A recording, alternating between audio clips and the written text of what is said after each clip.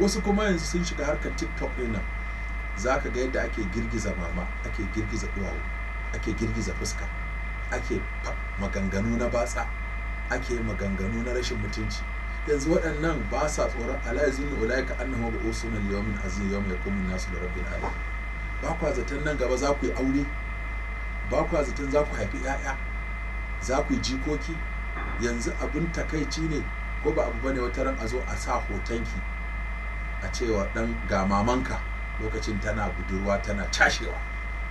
Dan Allah, abin farin ciki ne ko ki aure, ke kin riga kin yi aure, yanzu kin yi 'ya'ya, kin yi zuriya, kina son ka kawo mutuncinki, amma kuma hotunanki na batsa da fina-finanki na batsa da maman da kika girgiza da rawar da kika yi da kalmomin fasikancin da kika faɗa duk suna nan sun yaɗu a duniya. Ke kuma yanzu kin yi aure, wataƙila ma kin tuba, amma tubanki ba zai goge waɗannan abubuwan da suka riga suka yaɗu ba.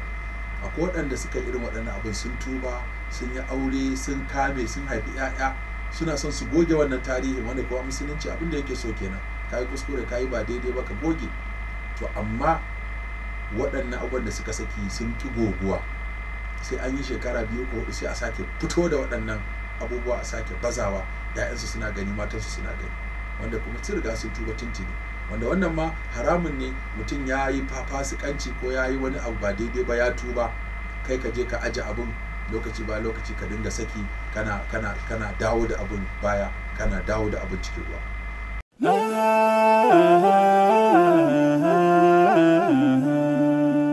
Haske mai leƙa gidan kowa, Africa TV. KTV3 tafarkin rayuwa.